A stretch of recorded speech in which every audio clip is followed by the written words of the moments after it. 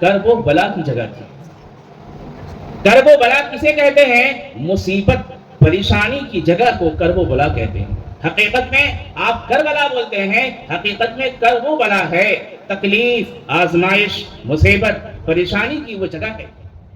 ایک مرتبہ درود شریف پڑھ لیں۔ اللہم صلی علی سیدنا و مولانا محمد وبارک وسلم۔ محترم حضرات، اس گاؤں میں مجھے آپ حضرات کے سامنے روبرو ہونے کا پہلی بار ایسا ایک موقع فراہم ہوا۔ اس سے پہلے تو 2 بار یا 3 بار غالباً مسجد میں آپ سے روبرو ہوا، لیکن آج اس بستی کے اندر پہلی بار روبرو ہوا ہوں۔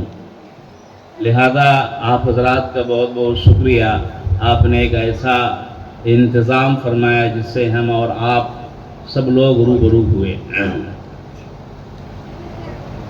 اور اس میں اس مجلس کو انعقاد کرنے والے حضرات، میں انہیں تہہ دل سے اپنی طرف سے شکریہ ادا کرتا ہوں کہ آپ نے اتنا اچھا انتظام فرمایا۔ میں تو بہت جگہوں پر رہا ہوں، بہت جگہوں پر میلاد میں جانا ہوا، بہت سی مجلسوں میں جانا ہوا، لیکن جو انتظام آج آپ نے کیا ہے اس سے پہلے کہیں میں نے نہیں دیکھا۔ اللہ تعالیٰ آپ کو اس سے جزائے خیر عطا فرمائے، بہترین اجر عظیم عطا فرمائے آپ سب کو، اللہ تعالیٰ آپ سب کو نیک بنائے۔ لہذا آج محرم الحرام کا مہینہ چل رہا ہے، ابھی عاشورہ کا دن گزرا ہے، اور اسی عنوان سے شہدائے کربلا اور جتنے شہید ہوئے ہیں صحابہ کرام اور بھی انبیاء وغیرہ، ان سب کو ہم نذرانے عقیدت پیش کریں گے۔ اور اس کے بعد کتابوں میں آتا ہے کہ تعداد شہیدوں کی جہاں تک ہے 365 سے زیادہ اوپر ہے۔ پتہ چلا کہ اگر ہم ہر دن اگر شہیدوں کے بارے میں ان کے تذکرے اور ان کی یاد میں اگر کریں تو روزانہ ایک مجلس سجائی جائے گی۔ لہذا آج ہی ایک ہی مجلس سے تمام شہداء کو ہم اپنا نذرانہ عقیدت پیش کر سکتے ہیں۔ لہذا محترم بزرگوں اور دوستوں، جمعہ میں بھی اسی پر بیان ہوا تھا اور آج بھی لگتا ہے اسی پر بیان ہونے کا موضوع گفتگو بھی ہے۔ بات یہاں چلی تھی جمعہ کے دن کہ حضرت مسلم بن عقیل رضی اللہ تعالی عنہ کو ابن زیاد کی پولیس نے، ابن زیاد کے کمبختوں نے مسلم بن عقیل کو شہید کر دیا، اور نبی علیہ السلام حضرت امام علی مقام راستے میں تھے اور خبر مل رہی ہے کہ مسلم بن عقیل کو ابن زیاد کی پولیس نے اور ابن زیاد کے لوگوں نے قتل کر دیا ہے ان کو بچوں کے ساتھ۔ تو نبی حضرت امام علی مقام نے فرمایا اگر معاملہ بہت حساس ہے، جو رہنا چاہے رہے، جو جانا چاہے چلا جائے۔ تو ان کے رشتہ داروں نے، ان کے گھر کے لوگوں نے یہ کہا کہ میں تو نہیں جاؤں گا، میں مسلم بن عقیل کی شہادت کا انتقام لوں گا۔ تو لہذا وہاں سے امام علی مقام کا قافلہ آگے کی طرف چلا۔ جب آگے کی طرف چلتا چلتا اور راستے طے ہوتے ہوئے جب پہنچے ہیں تو وہ جگہ، وہاں آپ امام علی مقام پہنچتے ہیں اور خبر تو راستے میں مل چکی تھی، اور جو ہی امام علی مقام نے خیمہ زن کیا اور خیمہ تاننے کے بعد تمام اہل بیت کو اس میں حفاظت سے رکھا، اور اس کے بعد دجلے فرات کو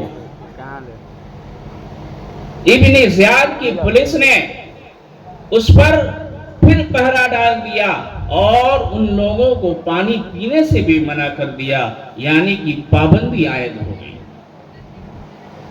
میں جمعے میں شاید میں سے یہ ہو گیا تھا کہ 7 دن تک پانی بند ہوا تھا، میں کہا تھا، آپ لوگوں کو یاد ہو یا نہ ہو، حالانکہ یہ 3 دن تک پانی بند ہوا تھا، کیونکہ عاشورے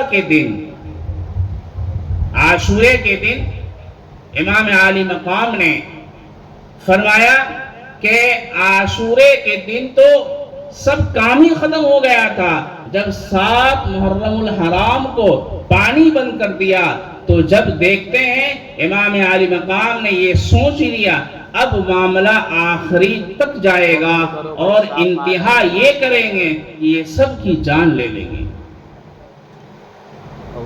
اور ہراس، خوف اور پریشانی کے عالم میں مبتلا ہو گئے۔ لہذا یہ حقیقت یہ ہوا کہ امام عالی مقام نے اپنے دشمنوں سے ایک رات کے لیے فرصت مانگی۔ فرصت اس لیے نہیں مانگی کسی ملک سے مدد لے لیں گے، فرصت اس لیے نہیں مانگی کسی اقتدار والے سے مسئلے کو حل کر کے سمجھوتا کر لیں گے، فرصت اس لیے نہیں مانگی کہ کسی سے معاملہ حل کرا لیں گے، بلکہ فرصت اس لیے مانگی عالی مقام نے کہ میں اور تمام گھر کے لوگ اپنے خیمے میں بیٹھ کر اللہ کو یاد کریں گے، ان کے سامنے سجدہ ریز ہوں گے اور اپنی معافی تلافی کرائیں گے اور کہیں گے کل کا جو دن آنے والا ہے وہ آخری ہے، آپ ہماری حفاظت فرمائیے۔ سب اہل بیت اللہ کی تعالیٰ کے سامنے سجدہ ریز ہو گئے۔ لہذا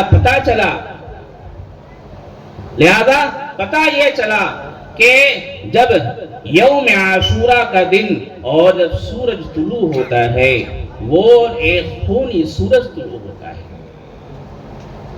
جب سورج طلوع ہوا تو پتہ چلا کہ ابن زیاد کی پولیس اور ان کے اہلکار ظلم کرنے والے اس غرور اور گھمنڈ میں ہیں، کہ آج اہل بیت یعنی امام عالی مقام کو خون بہا دیا جائے گا، ان کی شہادت کر دی جائے گی۔ امام عالی مقام نے کہا اقتدار کے نشے اور حکومت کے نشے میں اتنا پاگل نہ ہو جا، تمہیں پتہ تک نہ چلے تو تم کس کے گردن پر تم وار کرنے والے ہو، وہ جس پر تم خون سے اپنے رنگ کو رنگنے والے ہو وہ اہل بیت کے نواسے رسول کا سر ہوگا اور وہ گردن ہوگی۔ لیکن جب اقتدار کی حکومت جب پاگل ہو جاتی ہے، ضمیر جب مر جاتا ہے، وہ اسے پھر نیند نہیں آتی بلکہ وہ سو چکا ہوتا ہے۔ تو امام عالی مقام نے فرمایا تم اپنے آپ کو غور و فکر کرو، تم جانو تو تم کن لوگوں کی طرف تم متوجہ ہو رہے ہو گردن پر تلوار چلانے کے لیے۔ تم اس کے حسب نسب کو تو دیکھو، تم اس کو تو دیکھو، وہ اپنے گریبان میں تم جھانک کر کو دیکھو، تم اپنے آپ کو تو دیکھو، تمہارا مقابلہ کس سے ہے؟ تمہارا مقابلہ نواسے رسول اور اہل بیت سے ہے۔ تو ان لوگوں نے کوئی جواب نہیں دیا۔ لہذا جب بتلایا کہ نواسے رسول سے تمہارا مقابلہ ہے تم ایسے نہ کرو، لیکن وہ لوگ تو نشے کی حالت میں چور تھے۔ جب حکومت سر پہ چڑھتا ہے، جو غرور اور گھمنڈ ہوتا ہے تو اچھی بری کی تمیز بھی ختم ہو جاتی ہے۔ جب اچھی بری کی تمیز جب ختم ہو گئی تو انہوں نے حضرت امام عالی مقام نے فرمایا کہ دیکھو کیا تم مجھے نہیں جانتے کہ میں نبی کی بیٹی کا بیٹا نہیں ہوں؟ کیا تم مجھے نہیں جانتے میرے چچا حضرت حمزہ جو شہید کر دیے گئے؟ کیا تم مجھے نہیں جانتے میں حضرت علی کا بیٹا ہوں؟ کیا تم مجھے نہیں جانتے جس کے بارے میں نبی علیہ السلام نے ارشاد فرمایا تھا سیدہ شباب اہل الجنہ، کیا تم نہیں جانتے، نہیں بتایا گیا کہ یہ حسن اور حسین جنت کے نوجوانوں کے سردار ہیں؟ کیا میں جھوٹ بول رہا ہوں؟ یہ سچ ہے، سچ، اس پر تم نگاہ رکھو۔ اس کے بعد فرمایا تم میری جان لے کر کے اپنے آپ کو مصیبت میں مبتلا نہ کرو۔ لیکن یہ سب کچھ کہنے کے باوجود بھی فرمایا اگر تمہیں یقین نہیں ہوتا ہے، یہی ہے ابو سعید خدری، یہی ہے سہل بن سعد، یہی ہے اور صحابہ کرام بھی وہی موجود تھی، ان سے تم تصدیق کر لو۔ حضرت امام علی مقام نے فرمایا ضرور ہے کہ یہ میری بات کہنے سے تمہیں یقین نہیں آئے گا، میری بات کہنے سے تمہیں یقین نہیں آئے گا، لیکن ہم جانتے ہیں کہ تمہارے اوپر نشہ بھی تیار ہے اور تم ہمیں اور آپ کو کسی کو بھی کسی وقت بھی مارنے کو تیار ہو سکتے ہو۔ لہذا اس کے بعد فرمایا کہ اللہ کی قسم میں بتاتا ہوں تمہیں، اس روئے زمین پر میں وہ ہوں جو نبی کریم صلی اللہ علیہ وسلم کا بلا واسطہ میں نواسہ رسول، میں نواسہ رسول ہوں۔ اس کے بعد کسی کا میں نے مال نہیں چھینا، میں نے کسی کا حق نہیں مارا، میں نے کسی کا چوری نہیں کیا، پھر میرا کیا قصور ہے؟ بتاؤ تو صحیح، کہو تو تم صحیح۔ لیکن ان کے پاس کوئی جواب نہیں تھا۔ یہ ساری چیزیں کہنے کے باوجود بھی ان کے پاس کوئی جواب نہیں تھا۔ یہ جو خطبہ تھا، اگر یہ خطبہ سنا دیا جاتا پہاڑوں کو، پہاڑ ریزہ ریزہ ہو جاتے۔ اگر یہ خطبہ سنا دیا جاتا آسمانوں کو تو آسمان کے اوپر سے بارش نازل ہو جاتی۔ اگر یہ خطبہ سنا دیا جاتا زمینوں کو، زمین پھٹ جاتی۔ لیکن جو سامنے جس سے متوجہ تھے امام علی مقام، ان کے دل میں دل نہیں پتھر تھا۔ جسے آپ سنا رہے تھے ان کے پاس دل نہیں تھا، ان کا دل پتھر تھا۔ لہذا اس کے بعد امام علی مقام نے فرمایا آخرکار میدان کارزار گرم ہو گیا۔ گرم کا مطلب یہ ہے اب گھماسان کی لڑائیاں شروع ہو گئی۔ یہ خطبے کے بعد یہ خطبہ حضرت امام علی مقام اونٹنی پہ بیٹھ کر لوگوں کو دے رہے تھے۔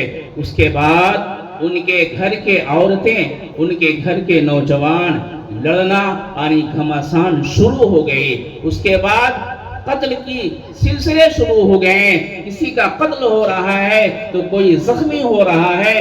امام علی مقام اس کو خیمے میں لے جا رہے ہیں، کسی کو صبر کی تلقین کر رہے ہیں۔ یہ سلسلہ شروع ہو چکا تھا۔ اسی دوران یہ سب کچھ گرم ہو چکا تھا، سلسلہ شروع ہو چکا تھا، گھماسان کی لڑائیاں چل رہی تھی۔ اسی دوران علی اکبر جو حضرت امام علی مقام کا 18 سال کا لڑکا تھا، خیمے سے نکلا اور تلوار کو چمچماتے ہوئے، اتنا حسین و جمیل، اتنا خوبصورت کہ ایسا لگ رہا تھا کہ ابھی سورج نکلا ہے اور یہ میدان کارزار کے اندر آ پڑا۔ اور میدان کارزار کے اندر اس نے دشمنوں کا زبردست مقابلہ کیا، نہ جانے کتنے لوگوں کو جہنم نصیب کیا۔ اس کے بعد یہ ہوا کہ علی اکبر کو دشمنوں نے گھیر لیا اور گھیر کر کے ان کے سر کو تن سے جدا کر دیا۔ یہ حالت ہوئی۔ اس کے بعد حضرت زینب خیمے میں تھی اور دیکھتے ہی وہ چیخ اٹھی، اور اس کے بعد حضرت زینب نے ان کو کھینچنا چاہا تو حضرت امام علی مقام کچھ ہی دور پر کھڑے تھے۔ انہوں نے کہا کہ تم رک جاؤ، میں انہیں اٹھاتا ہوں، اٹھا کر انہیں خیمے میں لے گئے۔ اس کے بعد فرمایا ہے کہ تاریخ کی بڑی بڑی کتابوں میں بڑے بڑے کارنامے آئے ہیں، لیکن امام عالی مقام، جنگیں تو بہت ہوئی ہیں، تاریخ نے بہت جنگ دیکھی ہے، تاریخ میں لکھی پڑی ہے، لیکن جو یہ جنگ ہوئی ہے، کربلا کے میدان میں جو جنگ ہوئی ہے، وہ 72 اہل بیت کے ساتھ جو اس وہاں کے لوگوں نے جو سلوک کیا ہے، وہ تمام جنگوں پر وہ غالب آ چکا ہے۔ کوئی جنگ کو کوئی یاد نہیں کرتا، اس حیثیت سے کسی جنگ کو یاد نہیں کیا جاتا جس جنگ کو یعنی کربلا کے میدان میں جو ہوا ہے وہ سب سے اعلیٰ ہے۔ یزید کو یاد نہیں کرتا، یزید کو کوئی یاد نہیں کرتا، عبید اللہ بن زیاد کو کوئی یاد نہیں کرتا، لیکن امام عالی مقام اور اہل بیت کو سب لوگ یاد کرتے ہیں، سب لوگ نذرانہ عقیدت پیش کرتے ہیں، لیکن ابن زیاد کا اور یزید کا جو بھی نام لیتا ہے لعنت ہی بھیجتا ہے۔ لیکن حوصلہ جو امام عالی مقام کا تھا، جو صبر ان کے اندر تھا، وہ کسی اور کے اندر ہو نہیں سکتا، کتنا بڑا مضبوط ایمان والا بھی ہو جائے۔ ایک جگہ کتابوں میں آیا ہے کہ یہ کام صرف امام حسین کر سکتے تھے، ورنہ مکے کے اندر اور مدینے کے اندر جتنے بڑے بڑے کبار صحابہ تھے ان کی بس کی بات نہیں تھی۔ یہ حوصلہ کسی کے اندر تو نہیں تھا، کیونکہ حضرت علی رضی اللہ تعالیٰ عنہ کا خون تھا، حضرت فاطمہ رضی اللہ تعالیٰ عنہ کے یہ بیٹے تھے۔ یہ جرأت کس کو آ سکتی ہے؟ یہ وہ اسی کو ہو سکتا ہے جو نواسے رسول ہو، اپنے دین کے لیے مٹنے کے لیے وہی ہو سکتا ہے۔ اور بھی صحابہ تھے، ان سے بڑے بڑے صحابہ اکرام تھے کہ کسی کو یہ جرأت نہیں ہوئی کہ اس کا ہم جواب دے سکیں، لیکن امام عالی مقام رضی اللہ تعالی عنہ کے بارے میں آتا ہے کہ اس کے بعد پھر امام عالی مقام نے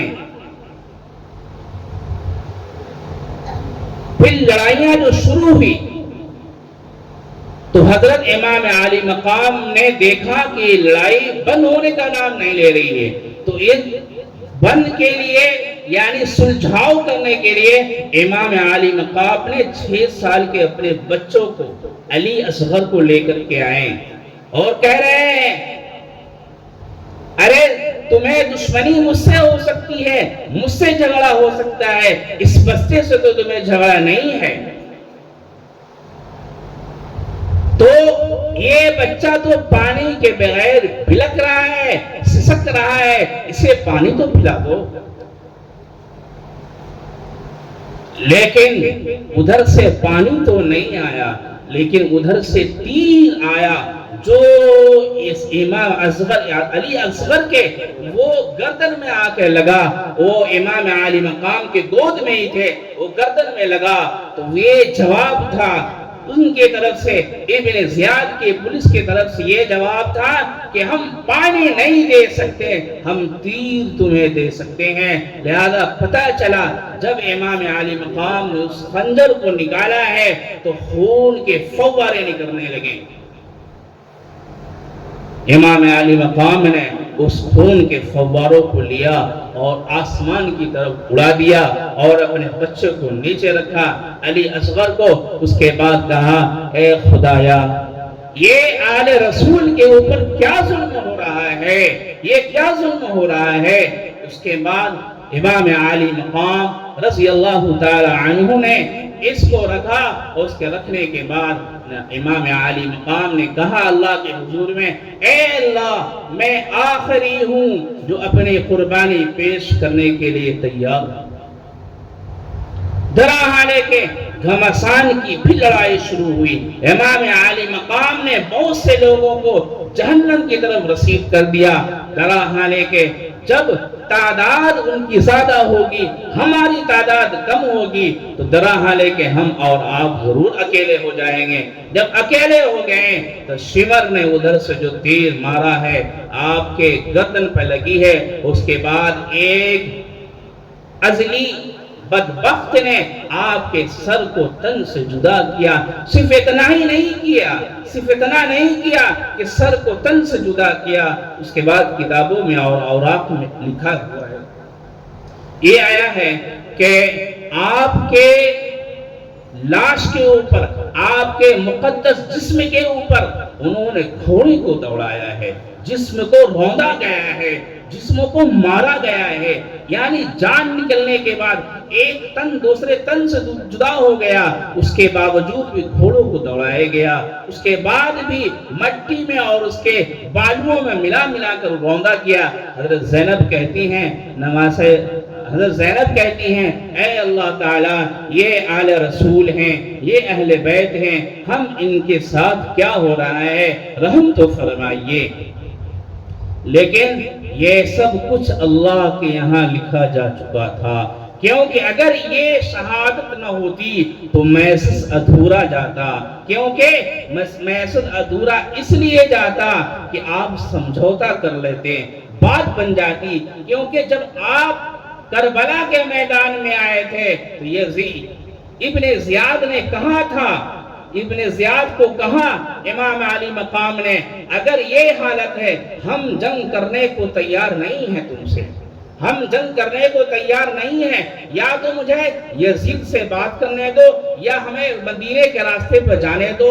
لیکن یزید نے یہ کہا تھا جو آ گئے ہیں وہ جائیں گے نہیں، جانے بھی نہیں دیا، اور یزید سے ابن زیاد نے بات بھی نہیں کرنے دیا۔ مطلب پتہ یہ چلا کہ یہ لڑائی ظلمن ہوئی ہے، جان بوجھ کر ایسا کیا گیا ہے، کوفیوں نے دغابازی کی ہے، دھوکہ دیا ہے امام علی مقام کو اور اہل بیت کو دھوکہ دیا ہے۔ اس کے بعد پھر یہاں بس نہیں ہوئے، وہ جب آپ کے جسم اطہر کو، آپ کے مقدس جسم کو ان کے ساتھ بے حرمتی کی گئی، اور جب آپ کے سر کو تشت میں رکھ کر کے ابن زیاد کے پاس لے جایا گیا، جب ابن زیاد کے پاس لے گئے تو ابن زیاد کے ہاتھ میں چھری تھی، اور اس چھری سے امام علی مقام کے ہونٹ پر وہ یوں یوں مار رہا تھا۔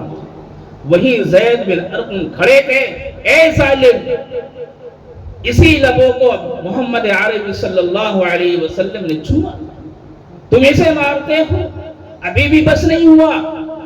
وہاں سے زید بن ارقم نکل گئے، اور اس کے بعد امام علی مقام کے جسم کو جو حرمتی ہوئی ہے اس کا اندازہ نہیں لگایا جا سکتا۔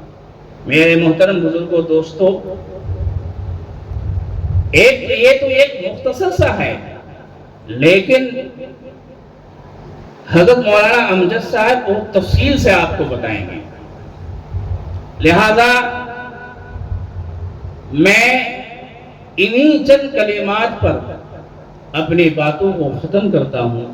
وآخر دعوانا الحمدللہ رب العالمین۔